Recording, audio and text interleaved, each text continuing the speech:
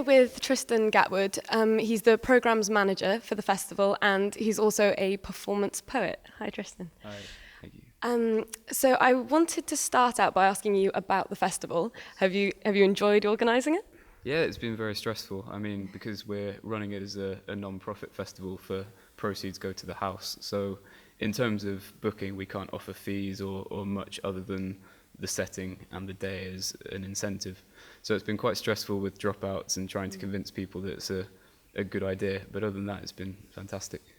So of the acts that you've booked, have you got anyone that you're particularly looking forward to seeing? Yeah, we've got my good friend Tom Lenton is doing his first ever set for his new album. His partner in crime couldn't be here, he's in Japan, but I'm particularly looking forward to that. That's in the main area in the house.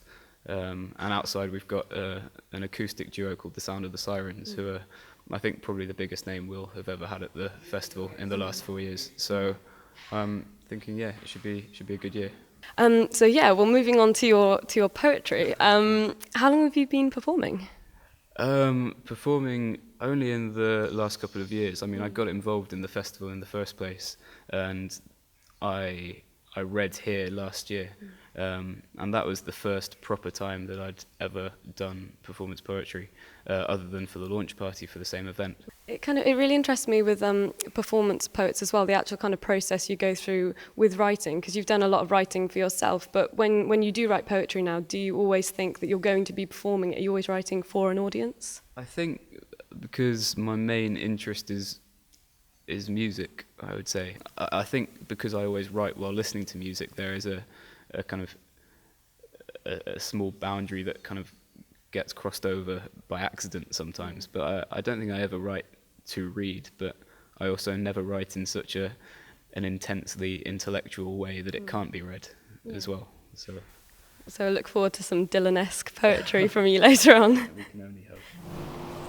I was playing a game with Poddington called Let's Smash Things That Aren't Ours. So we were there throwing bottles of wine off the boat and champagne and what have you. I threw off a bottle of champagne before being asked, "Why did you do that?" I said, "What do you mean?" He replied, "That's yours." An ear to that behind, an ear to Carito and an ear to Gollins, and it came to pass. And I came to have 3 ears, no money, and a damaged certainty of the world unity even in the smartest of places. The champagne stared at me coldly from its cold glass cabinet with its cold white man telling me how it was excellent, sir. I could not say if his gesture, snow shovel-like, smaller, clearing the car window, was referring to the music, the wine, or the way the sun shone down my back as if the accent I had grown had summoned God. My mouth had frozen cold as I ate the ice from the champagne bucket, but I sat cross-legged, champagne puddling around me like disciples, smashed on the floor for £67 in happy hour, and I was worth every penny.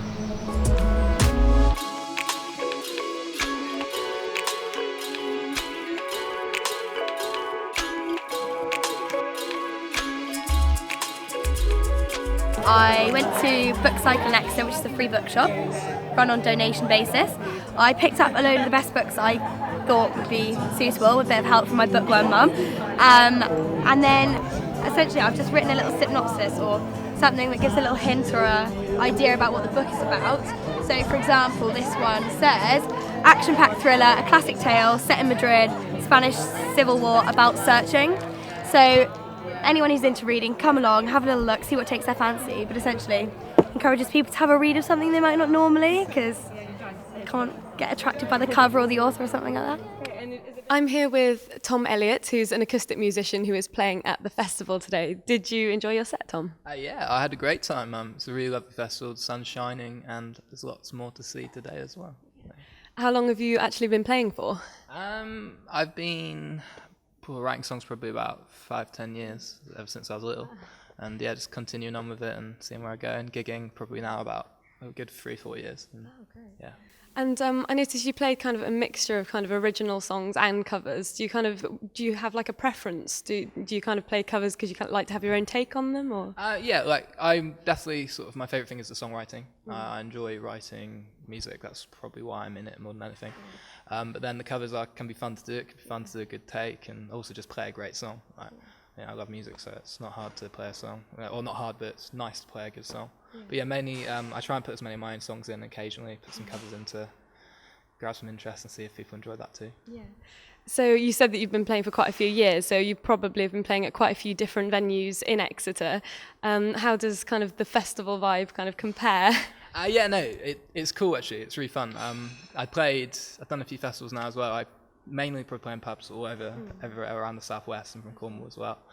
My first festival experience was playing at the Boardmasters Festival in Newquay, and that was wicked. And there were all these great big bands on, and guys all like sort of see them like, oh, blimey. You sort of like backstage, which was pretty mad. Still like a little kid in a sweet shop and stuff like that. But no, Like feeling today, like though, you've made it.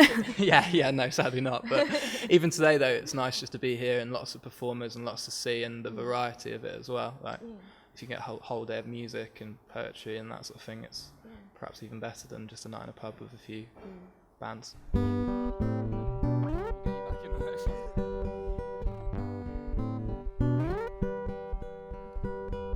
Blackbird singing in the dead of night. Take these broken wings and learn to fly. All your life you were only waiting for this moment to arrive.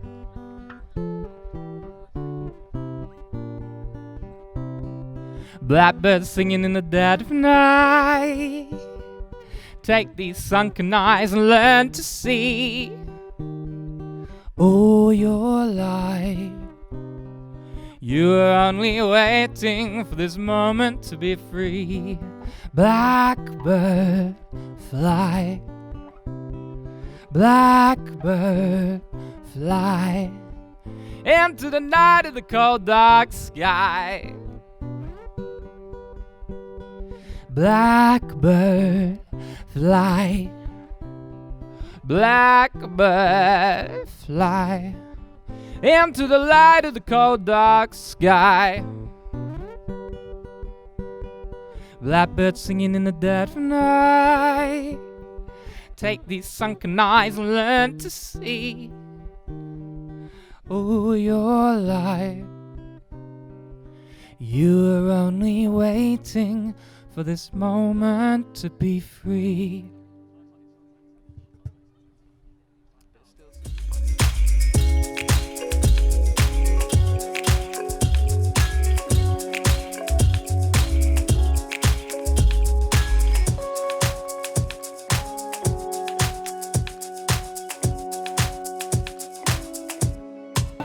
So we're an art collective from Bristol, and we make sort of big installations, costume work, sound work and animations for festivals and events. So we're here today with this project, Song Chameleon, but without our sound system. It's a shame. But instead we're just selling loads of our handmade goodies for people here in Exeter. We take it to loads of festivals, well not loads, about 5 each year. Yeah. Saying last year was our first year, and then this year we're touring it again. We did several festivals such as Secret Garden Party, Shambhala, Festival, Boomtown, Farm Fest, so all the great ones. But yeah, so we take it to the festival, we have the sound system in it, we pedal it around the site, and when we find a suitable place, we set up and have like bands and DJs playing it, which is quite good. So it actually works, it actually pedals around. I'm here with Dan Squire, who's just done an amazing stand-up comedy performance. Dan, did you enjoy it? Yes, it was amazing, as you said. I'm glad we agree on that. So how long have you been performing? About 2.5 years. I started mid-first year. I'm just finishing third year now. Yeah. And was it the uni that got you into it? Was it something that, like Society that you joined, or? I did 24-hour plays with Theatre with Teeth, and the guy who was writing for me to direct, Tim McNiven, had been he started stand-up at university as well, and he suggested that I try it out. And I had a very large ego, which encouraged me to believe that he was probably right, that I would be really, really funny on stage. Unfortunately, history has proved that he was right, and I have been really, really funny on stage for 2 years. So great, absolutely great. So you don't get nervous at all, because obviously you're far too egotistical for nerves. No, I just hide it deep down somewhere in my toe. I see. And when was it that you started rapping? Because you did do a little rap kind of set and a lot of poetry actually during your performance. The poetry is more recent. I think I started that in second year. The rap, I was born as a rapper. So yeah. The true Kanye spirit was with you. No, I'm waiting. I feel like the more times that I do rap on stage and speak about Kanye, eventually, maybe the planets will be in the right combination or something, and I'll kind of summon him. But until that day, I just have to keep trying. The fish is well and truly defrosted. It's room temperature, and you can't refreeze it. So in my anger, I picked up a fillet and I threw it against the window. It exploded into a million pieces all over the kitchen, like the pieces of my broken heart. And that was the real tragedy, because I wasted food that I paid for. And so I wrote a piece of poetry to commemorate the fish that was lost that day. I eat fish maybe every 2 weeks. If I eat it any more regularly, my kitchen starts to reek. But I cook a lovely fillet in a white cream sauce. 15 minutes in the kitchen, I'm the white bait boss. Oh yeah, I cram it in. Slamming the salmon and lemon, fanning the pan. If I can, I ram in a handful of dill in. Yeah, I make it happen. It's filling, it makes a killing. I'm dealing with the trappings. I'm rapping about fish, about a seafood dish, about that trout with the seafood skin in my mouth. It's delicious, fulfilling all of my wishes. And if you think it's suspicious that I'm not rapping about pussy, money, weed, just fishes, then I think that you're odd. If you don't like cod, go back to your non-marine diet, you boring sod. I'm a culinary god. If you throw me a tuna, I'll cook havoc with a haddock. And if you told me sooner, my schooner's readily equipped for shipping, picking up kippers, picking, de-ribbon and clipping flippers and slitting all the innards till a little bit thinner. The thicker fillets are better. I get the pick of the litter and simmer it for my dinner. Women think it's a winner. It's never been into the bin or any similar container, whether it is on a pitter or a potato fritter. It's in a quicker than a glimmer. But the slimmer women never get a better fillet, never preferential. I'm a feminist, innit? I dream of eating things aquatic, from anemones to frog spawn. Yes, I have a dream. Call me Martin Luther King prawn. When it comes to eating seafood, my resolve never fails. I gained a lot of weight because I ate the scales. And I know I don't look fat, so I can see you're kind of puzzled, but you see the weight that I gained was mainly muscles.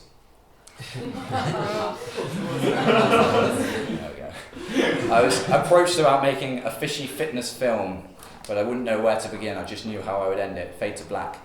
Finn.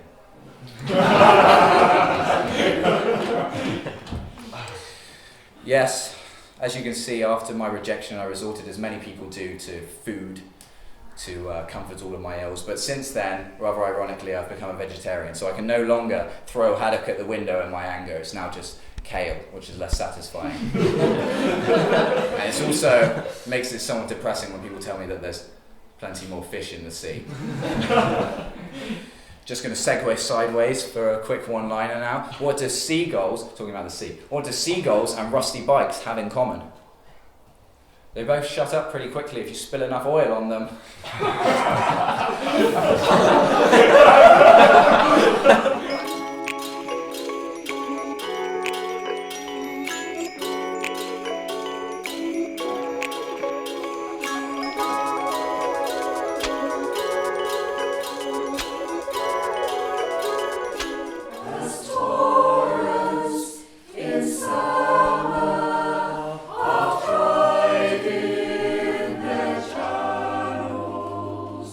So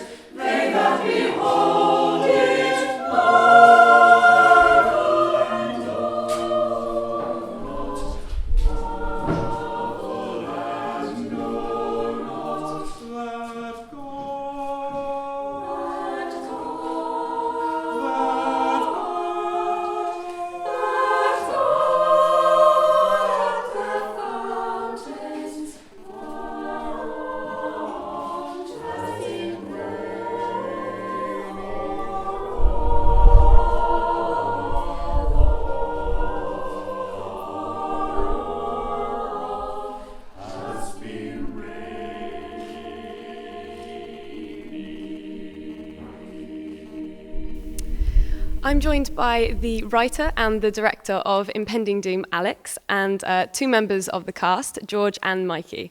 So I guess we should start with Alex. Can you tell us a little bit about Impending Doom? Okay, Impending Doom is a dramatic comedy about the four horsemen of the apocalypse, two of which are here. We have death and war. They've been living in a small apartment since the very beginning of time, and they're kind of not very happy about not getting to fill their purpose and go out into the world and ruthlessly slaughter millions of humans. So they're kind of going a bit crazy, and that's our sort of jumping off point for all sorts of adventures. Great, so you've already performed this in the university and now it's been brought to the festival, so are you happy with the new space? Oh god, the space is amazing. I had no idea what Poltimore House was like when I came over here, so I see this whole thing covered in scaffolding. I'm like, oh, okay, what's this? We go in there and we're in this old operating theatre with there's an old doctor's gown in the corner and the medical equipment, and the ceiling's crumbling apart, and I just I'm like, oh my god, this is so cool. And having come from doing this in the university at the M&D room, which is obviously it's a nice space technically, but it doesn't have a lot of atmosphere, and we go into here, I'm so looking forward to seeing this play done in a space which just has that much kind of atmosphere to it. It's really great.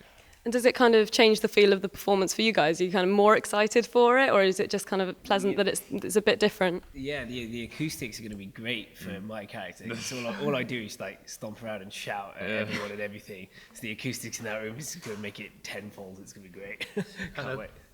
I think as well it's going to accentuate my character's creepiness as well, because I'm kind of this sort of smarmy, quite happy character that seems to kind of enjoy the darker things in life, I suppose, at points. Especially death, obviously. So, can't wait. I think I have to kind of bring this up at this point because during one of your performances, George, I know that you are the character of Death, who's supposed to be quite imposing, but your trousers did rip during your first performance, did they not? They did. The only thing I can say about that is don't do lunges while you're preparing to go on stage. Wait, that was... Oh, God. Okay. I was lunging. Yeah, I was lunging, and I decided that I wanted to kind of lunge up and get the energy for it, and then all of a sudden, I was like, okay, right.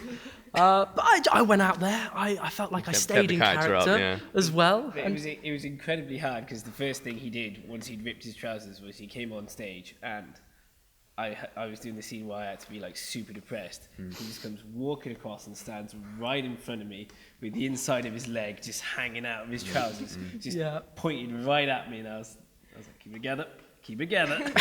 but you kept it together, and it was a fantastic show. You all sort of kept through it. Even though, because I had my mates come and see it on that night, and they still managed to get a little creeped out by me as well, even though. A little bit of flesh was on show, but hey, it was all good. Well, I don't know if we're kind of hoping for that to happen today or not. It seemed to make the performance. Stretchy pants. I've got stretchy pants. So you're prepared. So you're all rehearsed and ready, and you've got the stretchy pants, obviously. Yeah, well, it's going to be great. I'm really looking forward to seeing it again to close it off here at Arts on the Move. Oh, well, thanks so much for talking to us, guys, and have an amazing performance. Well, thank you.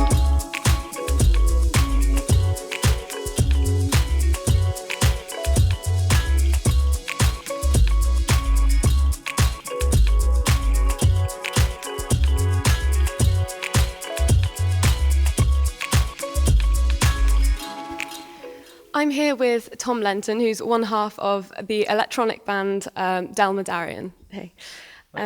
So, can you tell me a bit about your band? Yeah, it's basically just me and my friend Oliver Jack, who we've been friends since we were about in year 6, I think. He met me actually while I was playing a Battle of the Bands. And we've kind of always just made music together, kind of through year 8, I think, when we were making nice, heavy emo music, through to, I think about year 12, year 13, we started making electronic music, and then eventually last year we kind of just decided that we were actually going to start doing something with it and form a more formal project, formed Dalmadarian, and started releasing music and released our debut album in February. So how is your set kind of going to work today with one man down? Is it going to be electronic? Is it going to be instruments as well? How's it going to? It's difficult. It's taken me a while to work it out, but it's essentially, I guess halfway between a DJ set and a performance. I'm playing keyboards, I'm playing guitar, I'm playing pads, so it is kind of just multi-instrumental. Not quite building it from the bottom as I might have liked to, but halfway between a DJ set and a performance.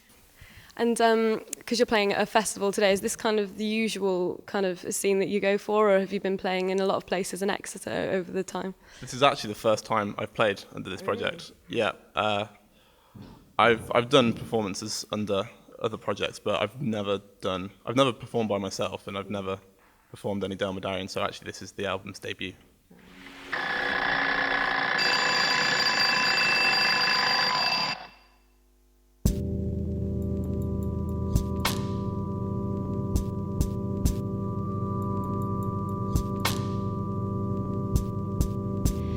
We strung a dusk and tried to smile, and hoped the morning would come bright.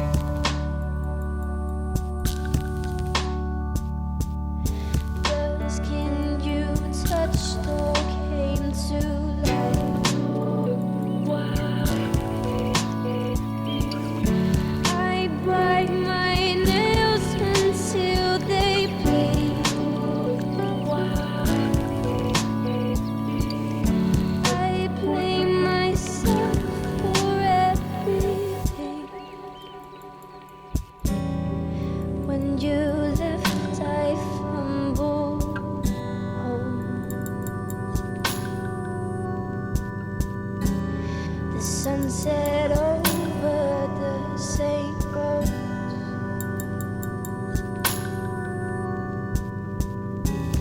That held us closer for a while.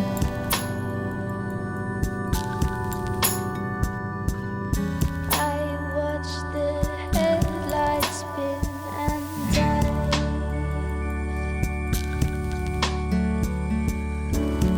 struggling to keep track.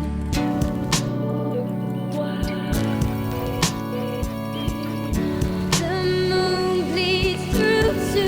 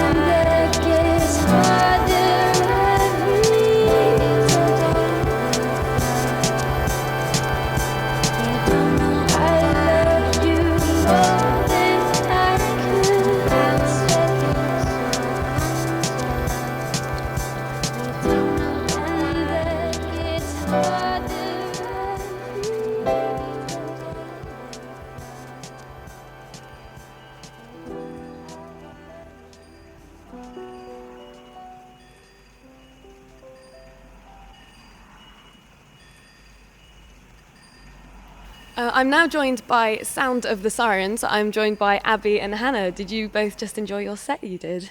Yes, we did. The sun disappeared when we started playing, and suddenly the sky went grey, and then it came back out, and it's a beautiful day, beautiful surroundings here at Poltimore House. Yeah, it was really cool. It's cool. We feel really peaceful here. We're normally a bit more hyper than this, but we're really calm right now. You were quite hyper during your set, though, because it was a lot of energy. You had like a kick drum and everything. Yeah, there's only so peaceful you can get when, there's lots of things going on. 2 girls shouting in everyone's face here. Yeah. So, what have you actually got coming up? Because you've got an EP launching quite soon, isn't that right? Yeah, so we've just finished recording a new EP with 4 tracks on, and it's called All We Have Is Time, and it's going to be launched at the Exeter Phoenix on Friday the 10th of July. So tickets are on sale now at the Phoenix box office, but it's not just us, we've got some other bands coming to support, brilliant local bands, because there's so much talent in Devon. In the few years that we've been doing this, the amount of bands you come across that you think, why are they not bigger? These people are great. So we've collected a few people to come and be part of the EP launch. So we have a new up-and-coming band called The Rushes, Wildwood Kin, who were nominated for the BBC Folk Award, and Lucas Drinkwater and Tobias Ben Jacob, who just had their song played on Radio 2 last week.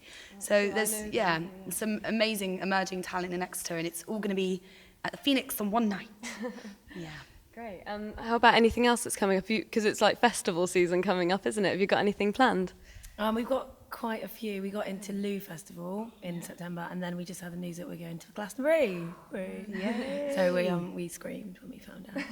So yeah, we're really chuffed for that. So we're going to play on Thursday morning at 11:30 in the Avalon Cafe stage. Oh, cool. So, yeah. Is that do you know whereabouts that stage is? Is quite a little one? Is it quite chilled out? Do you know anything about it? I've never been to Glastonbury. No. I've never been. I've tried to get tickets before and just given up. And so then when we applied this year, and endlessly applying, annoying this one woman with emails, and then going, who else do we know that could give us an email? Because it is really sad to say you can apply to tons of festivals, but if you get the personal email of just one person, that can change everything. So we pestered and pestered, and it paid off. And we got this text when we were both together, and I was like, no. And my smile was so wide that I couldn't speak. I was just going, and then we're just jumping up and down. It was so exciting. So yeah, I think looking online at the Avalon Cafe stage, it's smaller compared to some of the big stages, but it's still massive. It's going to be great, yeah. Mr. Sound Man. Could we just have a little tiny bit less Mando? Just give me the countdown.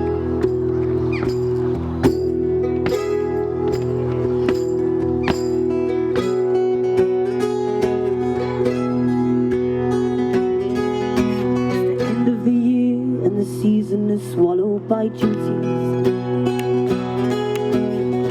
that tie knots around those with restless minds. Voices of pride get choked by the ribbons of envy, suffocate dreams and replace them with questions of why.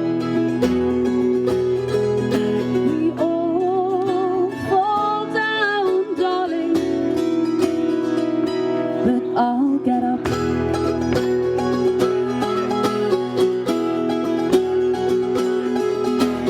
Break paper chains, turn the tables you wasted, and I'll pack up the old things that sheltered and fix up my heart, and I'll rip them away, 'cause it's freedom that's given us wonder, and this life owes me nothing. That's something I've known from the start. We all fall down, darling, but you'll get up.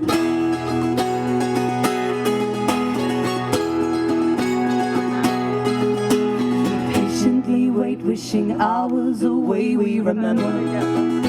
Yeah. Still space in our lives for the gifts that the morning may bring. Of hope and childish magic, and the lesson we learn is that presence of people, not things. We all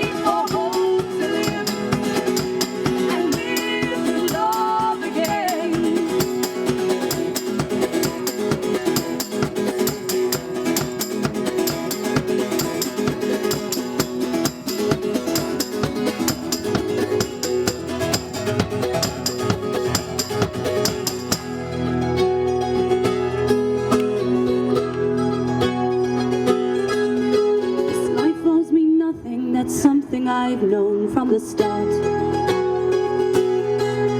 So next year I'll fight to fill every piece of my heart. So it has been an amazing day here at Arts on the Move Festival. We've met some amazing people. Obviously, we've seen some amazing performances. So I'm really looking forward to next year. I don't know about you guys. We'll be back if you'll have us. Please can we come back?